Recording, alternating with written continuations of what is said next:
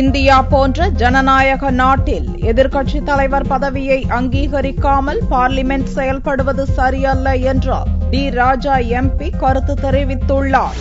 மொத்தம் 543 எம்பிக்களை கொண்ட லோக்சபாவில் வெறும் 44 இடங்களை மட்டுமே பிடித்துள்ள காங்கிரசுக்கு எதிர்க்கட்சித் தலைவர் பதவியை வழங்குவது குறித்து சபாநாயகர் சுமித்ரா மகாஜன் தயக்கம் காட்டி வருகிறார். லோக்சபாவில் 10% இடங்களை விட அதிகமாக பிடிக்கும் கட்சிக்குத்தான் எதிர்க்கட்சித் தலைவர் பதவி வழங்க வேண்டும் என விதி இருப்பதாக அரசு தரப்பு கூறுகிறது.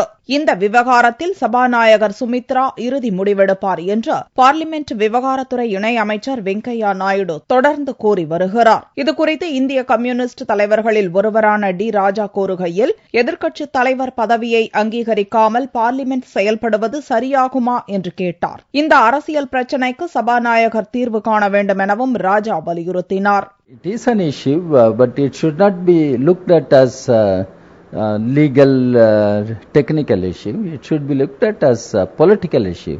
In the Indian Parliament and in a democracy like ours, whether we can function without a recognized leader of the opposition, that is a political issue. That has to be understood by the government, and the Speaker, with all discretionary powers in her hands, how she is going to address this political question, we will wait and see when Parliament opens tomorrow. இதனிடையே parliament விவகாரத்துறை முன்னாள் அமைச்சரும் மூத்த காங்கிரஸ் தலைவருமான கமல்நாத் கூறுகையில், இந்த விவகாரத்தில் சபாநாயகர் சுமித்ரா எடுக்கப் போகும் முடிவு பாரதிய ஜனதா மற்றும் மோடியின் விருப்பமாகத்தான் இருக்கும் என்று சாடினார். எதிர்க்கட்சித் தலைவர் பதவியை காங்கிரசுக்கு வழங்காவிட்டால் சபாநாயகரின் முடிவை எதிர்த்து நீதிமன்றத்தில் வழக்கு தொடுப்போம் என்றும் கமல்நாத் கூறினார்.